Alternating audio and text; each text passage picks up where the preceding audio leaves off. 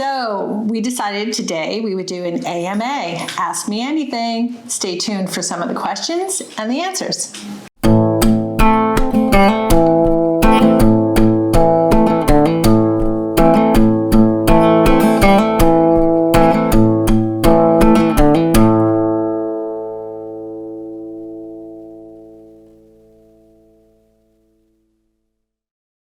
Okay, Vera, so our first question online was in relation to radon testing. So the question is, the borough of Ringwood recently gave away free radon tests, and I was wondering if radon testing is part of a routine home inspection, or is it an optional request by the buyer? And when is radon mitigation required? Okay, so just for everyone to be a little clarified, the program, it was a Passaic County program that was sponsored. So you check with your town, see if they're still giving out those radon test kits. I tested my house for radon when I purchased it way back in 1992. I retested because of this program. So I found it very educational and something I should have done on a regular basis. However, typically radon is one of the tests that people do perform when they purchase a home, along with a home inspection, a septic inspection if they have it, a wood-destroying insect inspection. But definitely radon is worth doing. And radon is the second leading cause of lung cancer behind smoking. So it is a real issue. And you know, if you have like older parents who have been in their home for 20 years or so, or it's been a long time since you tested, you should really think about having that done, because radon can change over time. It's a gas that moves in the ground. So you could test high one day and a couple of years later test low, or vice versa. So mitigation is required when the levels go above, what was it? 4. So, you know, it's the number 4, and I recently had one come up as 9. So my sellers are going to have to put in a mitigation system. And what that involves is basically a ventilation system. It's not terribly expensive to install, and it has a fan that helps to circulate the air away from your foundation and up above the roof line of your house so that everybody stays safe. So that's radon in a nutshell, and a little info about that. So what's our next question? What do we have? We had a couple easy ones. What home style is the most popular? So generally speaking, colonials are really popular. Everybody likes the idea of having their main floor for living and entertaining, and then having the bedrooms upstairs where it's away and a little bit more private. So that's always really popular. And you know, it's a good floor plan for people with families especially. Then we have the other second most popular one is probably a ranch. Those are very popular because they don't have a lot of stairs. So people maybe who have bad knees or something like that, they don't want to do a lot of stairs. A ranch home is super practical.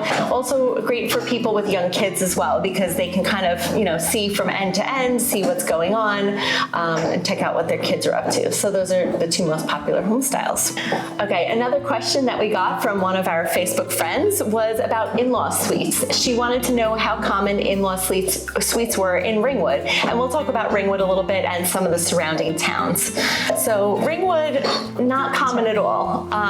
Some people might have a house with like a summer kitchen, but you're really not supposed to have 2 full kitchens in town. There are really very, very few true 2-family homes in Ringwood. There's a couple here or there, but they don't come on the market very often. Wanacue, there are definitely a lot more 2-family homes. But if you're looking for something that, you know, you have either an adult grown child that needs to live with you, or a parent or other family member that needs to live with you but have their own little feeling of space, we would definitely help you to find that option, because they are out there.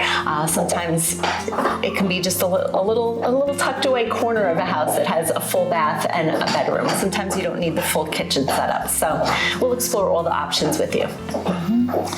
What is the average time to live in a home? Okay, so that one's pretty easy data to look up.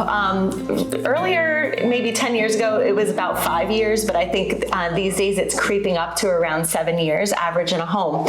So that's one of those things that it doesn't seem that important, but when you're thinking about your loan options, when you're looking at getting a house, you know, a 10-year adjustable rate loan might not be that bad of an idea if you think that you're going to be either upsizing because your family might grow in the next 10 years, or if you're going to be relocated for work.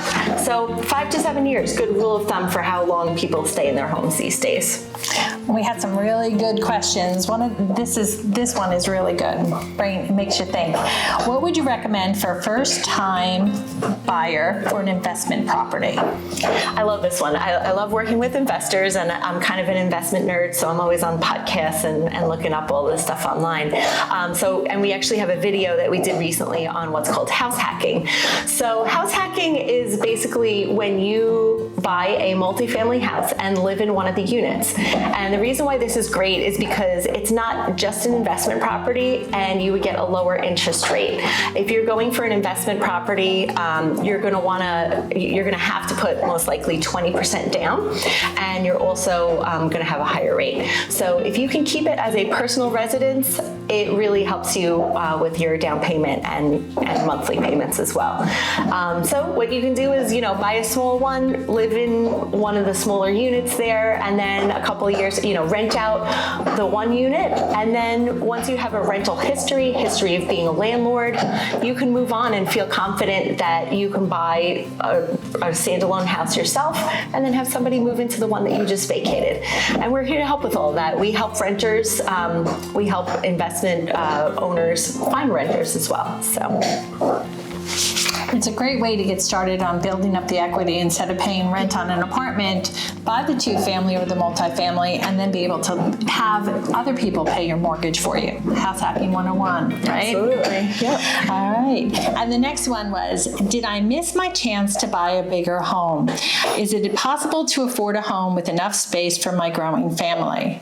Well, I've been doing this for many years, and the market certainly has changed. And the one thing that stays with me is, even if our prices decline, what we're going to see happening is maybe we're going to lose, I'm just going to throw a random number out there, easily 10% of equity. So you have a $300,000 home, you lose 10%, you lose $30,000. But you're going to buy a $600,000 home. That also lost 10%. So that lost $60,000 in the price. So what's going to happen then is, if you're selling your house and you're going to buy the next one, you're still coming out ahead $30,000 because of what the value of that house is. Again, a lot of things come into play on the fact of how long are you going to stay there? How long were you in your first house? What did you purchase it for? What those prices are. And all those things really need an in-depth discussion rather than just throw out this math equation for you. But certainly we are seeing a lot of people still in the move of buying up.